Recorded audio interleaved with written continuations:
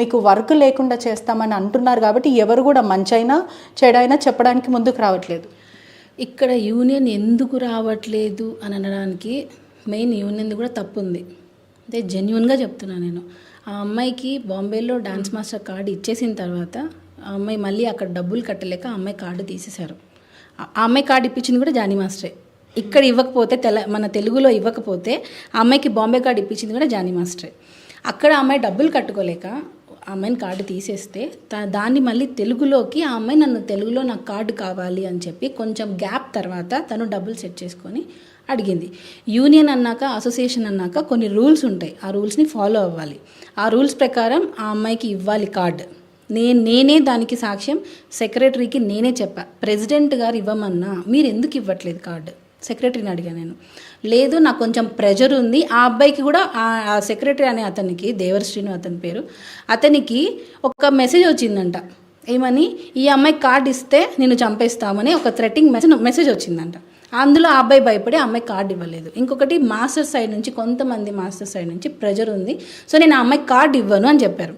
ఇక్కడ ఇంకొక విషయం ఏంటంటే, అతను ఎప్పుడైతే కార్డు ఇవ్వరు అని నాకు చెప్పిన తర్వాత నేనేమన్నానంటే, రేపు ఆ అమ్మాయి, ఇది బాగా నోట్ చేసుకోండి, రేపు ఆ అమ్మాయి మీడియాకి వెళ్ళినా, కోర్టుకి వెళ్ళినా, లేబర్ కోర్టుకి వెళ్ళినా దాని పూర్తి బాధ్యత సెక్రటరీగా నీదే అని చెప్పాను. ఎస్ నేను తీసుకుంటానని చెప్పి సిగ్నేచర్ చేసి ఇచ్చాడు. ఇప్పుడు జానీ మాస్టర్ తనకి కెరీర్ ఆపేస్తున్నారా, యూనియన్ కెరీర్ ఆపేసిందా?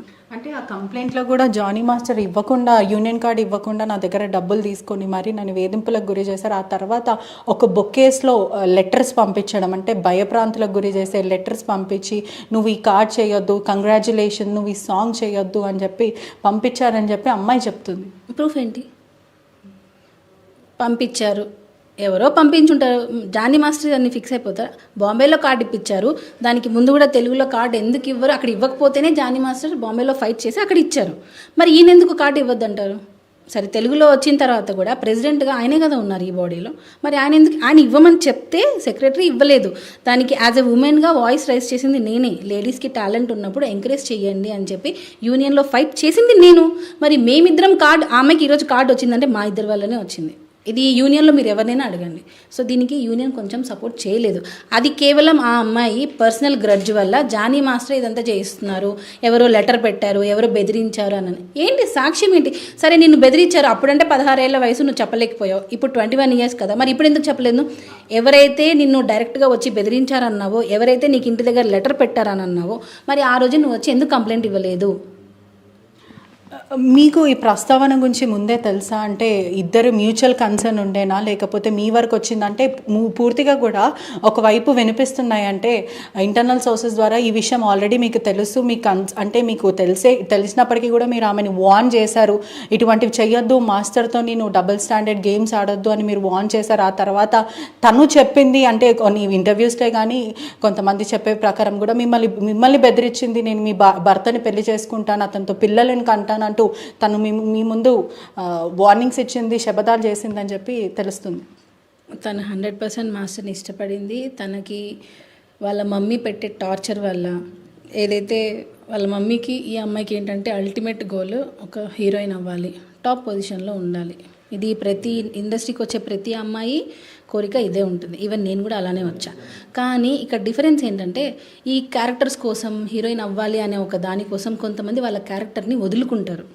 కానీ నేను అలా వదులుకోలేదే. మరి ఇప్పుడు నేను కూడా 16 ఇయర్స్లోనే వచ్చేసాను, నేను కూడా కార్డు తీసుకున్నా. మరి నేను ఎప్పుడు ఎవరి దగ్గరికి వెళ్ళి నాకు అవకాశాల కోసం నోరు నొక్కేసినా నేను ఎప్పుడు తప్పు పని చేయలేదే. మరి ఈ అమ్మాయి ఎందుకు చేయాల్సి వచ్చింది? సో వాళ్ళ క్యారెక్టర్ మీద డిపెండ్ అయి ఉంటుంది అది. మీరు ఇంకొకటి ఏదో అడిగారు, ముందే తెలుసా? అంటే మీకు వార్నింగ్ ఇవ్వడం జరిగిందంటే మీ భర్తని పెళ్లి చేసుకుంటాను, పిల్లలను కంటాను అని తను అనిందని కూడా తెలుసు. యాక్చువల్గా మాస్టర్ని చూసి ఒక హైఫై లైఫ్, తను ఎక్కడో ఒక షో చేసుకుని, అంటే ఒక షో ప్లాట్ఫామ్ మీద ఉంటుంది, ఆర్టిస్ట్కి దూరంగా ఉంటుంది. జానీ మాస్టర్ పిలిచి ఆఫర్ ఇవ్వడంతో డైరెక్ట్గా హీరోస్తో పనిచేసే అవకాశం వచ్చింది, అది కూడా పెద్ద పెద్ద స్టార్ హీరోస్తో. సో తనేంటంటే ఒక మంచి హైఫై లైఫ్, నాకు ఇది కావాలి లైఫ్, దీనికి పట్టుకుంటే ఒక రూట్ ఏంటి? జానీ మాస్టర్. నాకే ఆయన దొరికారు, సో ఇతన్ని నేను వదలకూడదు, ఎలా అయినా ఇతన్ని పట్టుకొని పైకి ఎదగాలి అని తన కెరియర్ కోసం మాస్టర్ని వాడుకుంది.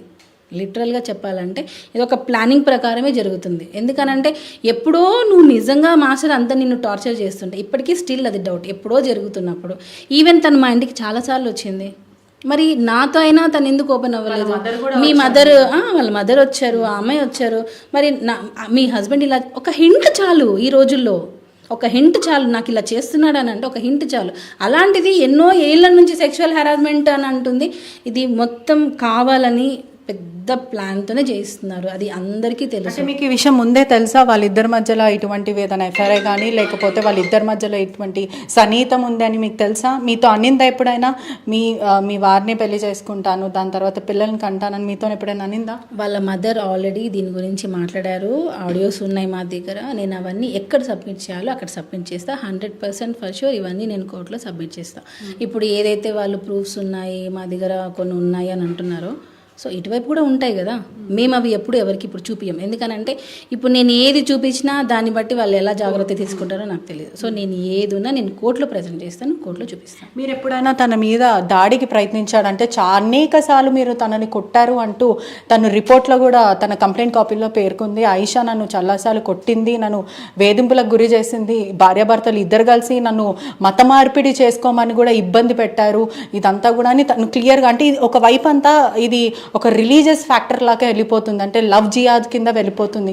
ఒక తెలుగు అమ్మాయిని మత మార్పిడి చేయించడానికి ప్రయత్నించాడు జానీ మాస్టర్ అంటూ తను కంప్లైంట్ కాపీలో పేర్కొంది. దాని గురించి మీరు ఏం చెప్తారు? అంటే టు బీ హానెస్ట్ కూడా మీరు కూడా ముందు హిందూ ఉండే, ఇప్పుడు అంటే సుమలత నుంచి ఆయిషాగా మీ పేరు మార్చారంటే దీని ప్రకారం మిమ్మల్ని కూడా ఫోర్స్ చేస్తారా లేకపోతే ఏంటి?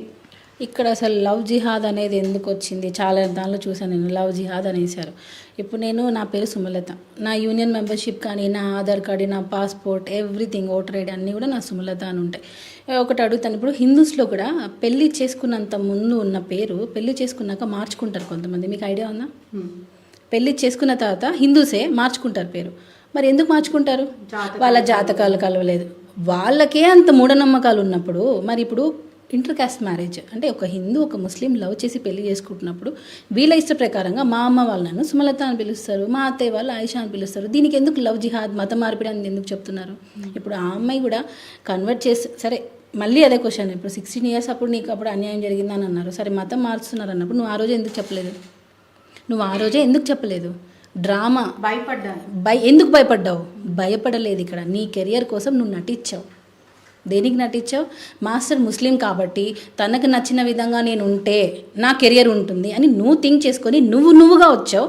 దానికి ఈరోజు ఏం చెప్తున్నావు? నన్ను మార్చారని చెప్పి రాంగ్ ఎలిగేషన్ చేస్తున్నావు. సో మనం ఎప్పుడూ ఒకవైపే చూడకూడదు, ఇటువైపు కూడా చూడాలి. చూడట్లేదు అది ఎవరు. ఏంటంటే నేను ఇంటర్వ్యూస్ ఇవ్వట్లేదు, ఇంటర్వ్యూ అంటే ఇప్పుడు నా హస్బెండ్ మీద రాంగ్ ఎలిగేషన్స్తో కేసు ఎఫ్ఐఆర్ ఫైల్ చేసి ఎవిడెన్స్ లేకుండా ఎఫ్ఐఆర్, ఎందుకంటే ఆడపిల్ల ఏం చెప్పినా నిజమని నమ్మిస్తారు. ఈరోజు ఇప్పుడు మీకు